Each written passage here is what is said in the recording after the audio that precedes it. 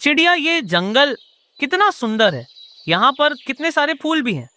चिड़िया, अब हम इस जंगल में आराम से रहेंगे, खूब मौज करेंगे, मस्ती करेंगे और अच्छे से रहेंगे। लेकिन कालू भैया, अभी हमारे पास रहने के लिए घोंसला नहीं है, तो पहले हमें खूब मेहनत करके घोंसला बनाना होगा, तभी हम खूब सारी मौज मस्ती कर पाएंगे। अगर हमारे पास रहने के लिए घर ही ना हो तो कैसी मौज मस्ती, फिर मजा भी नहीं आएगा। चिड़िया, क्या हमें दो घोंसले बनाने हैं? नहीं कालू भैया, अलग अलग घोंसले बनाने की क्या जरूरत है। कौन सा हम यहाँ पर रोजाना रहेंगे, बस कुछ ही दिनों की तो बात है। तो हम ऐसा करते हैं, हम सिर्फ एक ही घोंसला बना लेते हैं, थोड़ा बड़ा सा। हम दोनों बराबर मेहनत करेंगे, ऐसे घोंसला जल्दी बन जाएगा। हाँ चिड़िया, ये ठीक है। तुम मुझे बताओ, मुझे क्या करना होगा? कालू भैया, मैं घोंसले को बनाने के लिए घास के सूखे तिनके लेकर आती हूँ, और आप घोंसले को सहारा देने के लिए कहीं से मजबूत तिनके ढूंढ कर लाओ। फिर वो दोनों अपने अपने काम के लिए निकल जाते हैं। चिड़िया मैदान की तरफ जाती है। वहां उसे घोंसले बनाने के लिए सूखी घास मिल जाती है। वो वहां से सूखी घास लेती है और वापस होती है। कालू भैया अभी तक नहीं आए? मैं पहले बड़े तिनके लगाकर ही सूखी घास लगाऊंगी। चिड़िया कौवे का इंतजार करने लगती है। कौवा तो था ही आलसी। वो एक पेड़ के नीचे लेटते ही सो जाता है, और जब उसकी आंख खुलती है तो तब तक शाम हो चुकी थी। भगवान, अब तो शाम हो गई और अभी तक मैंने तिनके भी नहीं ढूंढे हैं। चिड़िया मेरा इंतजार कर रही होगी। पास में ही थोड़े तिनके पड़े हुए थे, लेकिन उन पर कांटे थे। ये थोड़े तिनके लिए ही पड़े तो हैं, लेकिन इन पर तो कांटे हैं। मैं ऐसा करता हूँ, इन्हें ले जाता हूँ। अगर चिड़िया को पसंद नहीं आएंगे तो बोल दूंगा, तुम ही जाकर ढूंढ लाओ। वैसे भी शाम हो गई है, मैं कहाँ ढूंढता फिरूं? ये कहकर कालू कौवा वो कांटे वाले तिनके लेकर वहां पहुंच जाता है। कालू भैया, आप कब से गए हुए हो और आपने आने में इतनी देर कर दी? मैं कब से आपका इंतजार कर रही हूँ। चिड़िया, मैं बहुत थक गया हूँ। सारा दिन मैंने इन तिनकों को ढूंढा, तब मुझे मिले हैं ये क्या कालू भैया, ये तो कांटे वाले तिनके हैं, इन्हें तो घोंसले में नहीं लगाते। चिड़िया, सारा दिन तो हो गया ढूंढते ढूंढते, मुझे तो यही मिले थे तो मैं ले आया। चलो कोई बात नहीं कालू भैया, अब तुम ऐसा करो, जाकर कपास ले आओ और मैं सूखे पत्ते लेने चली जाती हूँ। अब ज्यादा देर मत करना, जल्दी ले आना, क्योंकि देखो शाम हो गई है और अब भी काम हमारा बहुत रह गया है। तुम चिंता मत करो, तुम पत्ते लेकर आओ और कपास समझो आ गई। वे दोनों फिर से चले जाते हैं। चिड़िया जल्दी जाकर सूखे पत्ते इकट्ठा कर लेती है और उन्हें लेकर आ जाती है। कालू कौवा कपास लेने पहुंच जाता है और उसकी नीयत फिर से खराब हो जाती है। वाह, कितनी नरम नरम कपास है। मैं ऐसा करता हूँ, थोड़ी देर इसी कपास पर लेटकर खूब मस्ती करता हूँ। वैसे भी अभी कौन सा चिड़िया आई होगी पत्ते लेकर? वो कपास पर लेटकर उछलने लगता है और कहता है, वाह वाह, कितना मजा आ रहा है इस नरम नरम कपास पर। वो कौवा ऐसे नरम नरम कपास में खेलते खेलते सो जाता है। चिड़िया बेसब्री से उसका इंतजार कर रही थी। भगवान की कृपा से सब ठीक हो, घोंसला तो हमारा शाम तक बन ही जाएगा। चिड़िया कौवे का बहुत इंतजार करती है, लेकिन कौवा कैसे आता? वो तो नरम कपास पर सोया हुआ था। फिर चिड़िया रात उसी पेड़ पर बैठकर गुजारती है। सुबह हो जाती है। पहले मैं कौवे को ढूंढती हूँ, पता नहीं वो कहाँ चला गया है। फिर चिड़िया जल्दी से कौवे को ढूंढने निकल जाती है। वो पहाड़ों की तरफ जाती है तो देखती है कि कालू कौवा तो कपास में मीठी नींद सोया हुआ था। कालू भैया उठो, कालू भैया, मैं रात से तुम्हारा इंतजार कर रही हूँ और तुम यहाँ पर आराम से खर्राटे ले लेकर सो रहे हो। चिड़िया, मेरी आंख लग गई थी। अरे हमें घोंसला तो बनाना ही है, चलो। फिर वो दोनों कपास लेकर वहां से वापस होते हैं। जल्दी वे अपनी जगह पर आ जाते हैं। कालू भैया, थोड़ा सा पानी भी चाहिए, ले आओगे या फिर वो भी मुझे ही लाना होगा? चिड़िया, रात को मैं एक तरफ सो गया था, जिस वजह से मेरे इस बाएं पंख में दर्द हो रहा है। अगर तुम पानी ले आओ तो मैं घोंसला बनाने में तुम्हारी मदद कर दूंगा। फिर चिड़िया पानी लेने चली जाती है। ये चिड़िया तो पागल ही है, इसे क्या पता कि काम करना मेरी शान के खिलाफ है। कभी भी मेरे पूर्वजों ने काम नहीं किया तो भला मैं कैसे कर सकता हूँ। थोड़ी देर में चिड़िया पानी लेकर वापस आ जाती है।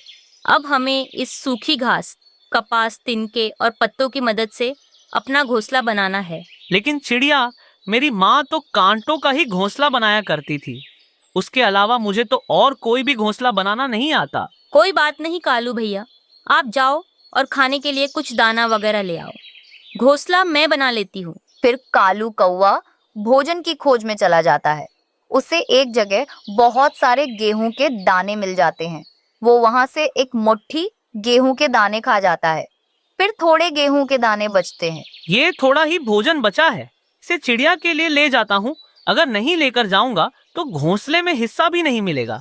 मुझे हिस्सा लेना है ना, तो ले जाना ही पड़ेगा। फिर कालू कौवा थोड़ा सा भोजन लेकर वापस आ जाता है। ये लो चिड़िया, अब तुम्हारा भोजन तो आ गया। वाह, तुमने घोंसला तो बड़ा अच्छा बना लिया है। कालू, तुम्हें जरा भी शर्म नहीं आई? तुम मेरे लिए बस ये थोड़े से गेहूं के दाने लेकर आए हो और अपना पेट तो दबा दबा कर भरा होगा। मैं यहाँ मेहनत कर रही हूँ।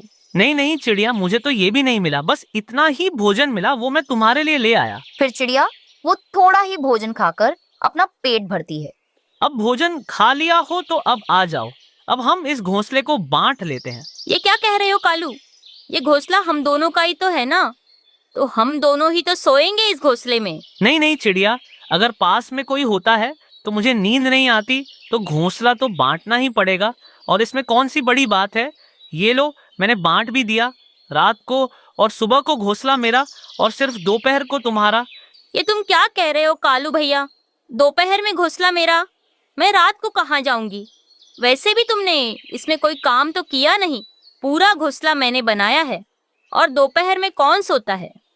इतनी तेज तो धूप पड़ती है। मैं दोपहर में अपना भोजन ढूंढूंगी या यहाँ पर धूप में सोऊंगी। चिड़िया, मुझे परेशान मत करो। यहीं रहना है तो रहो, वरना भागो यहाँ से। चिड़िया उदास होकर वहां से चली जाती है। चिड़िया रोने लगती है और एक पेड़ के नीचे जाकर बैठ जाती है। फिर चिड़िया आसपास देखती है। उसे ढेर सारे पत्ते और लकड़ियां दिखाई देती हैं। अब रोने धोने से कुछ नहीं होगा। मुझे कुछ ना कुछ करना होगा। रात होने वाली है। मुझे अपने लिए घर बनाना होगा।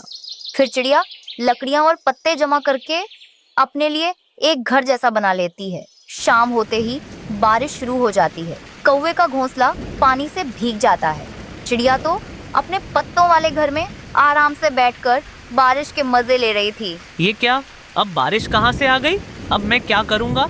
चिड़िया भी मेरे साथ नहीं है। वो होती तो कुछ ना कुछ करती बारिश से बचने। कौवा ऐसे पछता रहा था और बारिश में भीग रहा था। चिड़िया, अच्छा हुआ कि आज हमें जल्दी भोजन मिल गया। मुझे सूखा दाना मिल गया और तुम्हें भुट्टा मिल गया। चलो अब हम घर चलते हैं। नहीं नहीं कालू भैया, मुझे तो अभी थोड़ा और भोजन तलाश करना है। इतने भोजन में मेरे दोनों बच्चों का पेट नहीं भरता। नहीं चिड़िया, अब मैं कहीं और भोजन लेने नहीं जा सकता, क्योंकि मुझे भोजन मिल गया है। मेरा एक ही बेटा है, उसका तो इतने भोजन में ही पेट भर जाएगा।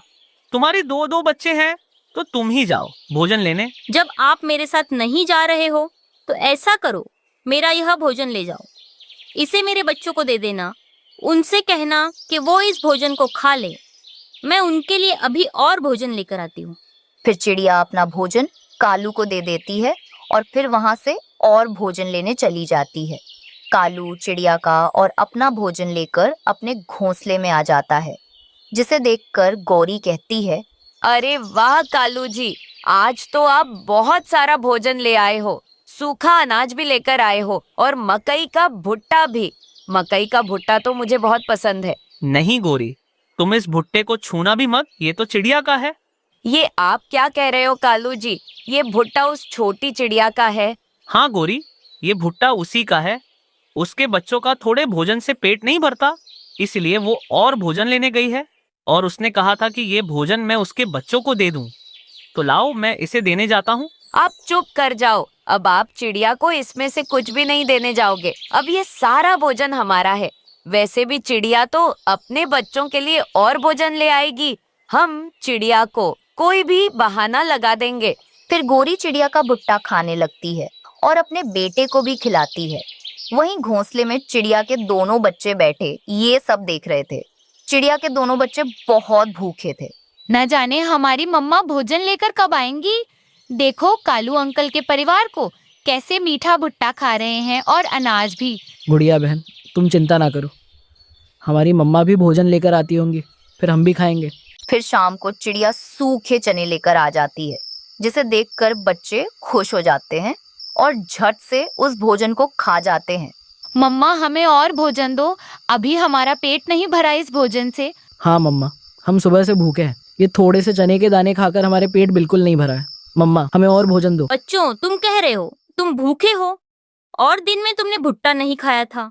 मम्मा आप तो अभी आई हो तो हम भुट्टा कहाँ से खा लेते। कालू अंकल तो भुट्टा और सूखा अनाज लेकर आए थे, वो तो भुट्टा खा रहे थे। ये सुनकर चिड़िया तुरंत भागकर कालू के घोंसले के पास आ जाती है और उससे कहती है, कालू भैया, आपने मेरे बच्चों को मैंने जो तुम्हें दिया था वो क्यों नहीं दिया? वो भूख से तड़प रहे हैं। अच्छा छोटी चिड़िया, भोजन मेरे पति लेकर आए और खाएं तेरे बच्चे, बड़ी होशियार बनती है। गोरी क्या बोल रही है कालू भैया? मुझे साफ साफ बताओ क्या बात है, और मेरा भुट्टा तुमने किससे दे दिया है? चिड़िया तुम्हारा वो भुट्टा तो मैं लेकर आया था, इसलिए वो तो हमने ही खा लिया। आप मुझे मना कर देते तो मैं अपना भुट्टा खुद ले आती और अपने बच्चों को खिला देती। कम से कम मेरे बच्चे भूखे तो नहीं रहते। चिड़िया तुम जाओ यहाँ से और हमें सोने दो। चिड़िया चुपचाप अपने घोंसले में आ जाती है। चिड़िया के बच्चे बहुत भूखे थे। मम्मा कुछ भी करो, हमें कहीं से भी और भोजन लाकर दो, हमें भूख लगी है। मेरे बच्चों, मैं जाती हूँ तुम्हारे लिए भोजन लेने।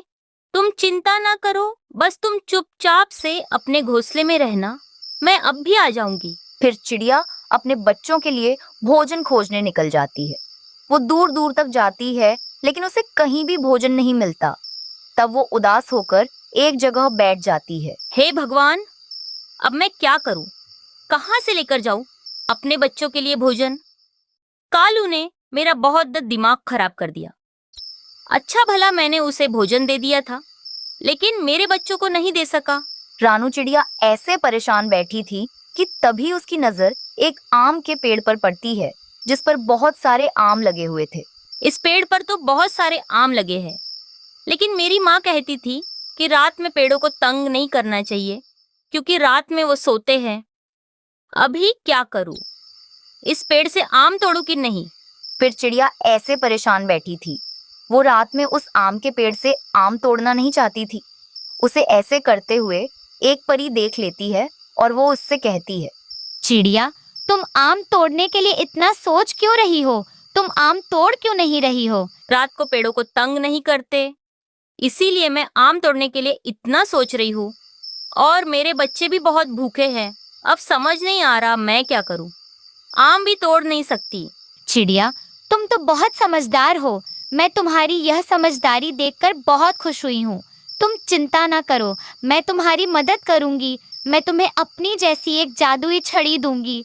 तुम उस छड़ी से जो मांगोगी तुम्हें वो मिलेगा। क्या सच में परी?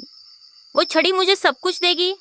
फिर तो बहुत अच्छा है। वो परी अपनी जादुई शक्तियों से रानू चिड़िया को एक अपने जैसी जादुई छड़ी देती है, जिसे देखकर वो खुश हो जाती है। आपका बहुत बहुत धन्यवाद परी जी, जो आपने मेरी इतनी मदद की। आपने तो अब मेरी सारी मुसीबतें दूर कर दी। अब मैं इस जादुई छड़ी से अपने बच्चों के लिए अच्छा अच्छा भोजन मांगूंगी और उनका पेट भरूंगी, और मैं गरीब पक्षियों की भी मदद करूंगी। मुझे तुम बहुत अच्छी लगी हो और तुम्हारी बातें भी। तुम सबके बारे में सोचती हो। तुम बहुत अच्छी चिड़िया हो। मैंने तुम्हें अपनी यह जादुई छड़ी देकर कोई गलती नहीं की है। मैंने तुम्हारी मदद की है, तो तुम भी दूसरों की मदद करने की बोल रही हो। सच में तुम बहुत अच्छी हो। अब तुम जा सकती हो। रानू वो छड़ी लेकर अपने घर आ जाती है। जब उसके बच्चे उससे कहते हैं, मम्मा आप आ गई हो, लेकिन भोजन कहाँ है? आप भोजन नहीं लेकर आई हो क्या? रानू अपने बच्चों को सारी बात बता देती है, जिसे सुनकर गुड़िया कहती है, मम्मा क्या सच में यह छड़ी अब हमें कुछ भी दे सकती है? हम इससे जो मांगेंगे ये हमें वो दे देगी? रानू चिड़िया उस जादुई छड़ी से आम मांगती है। तभी उस जादुई छड़ी में से तेज रोशनी आती है और वहां 3 आम आ जाते हैं, जिसे देखकर वो तीनों खुश हो जाते हैं और फिर वो खुशी खुशी 3 आमों को खाते हैं। अगले दिन रानू पक्षियों की मदद करती है और इस तरह खुशी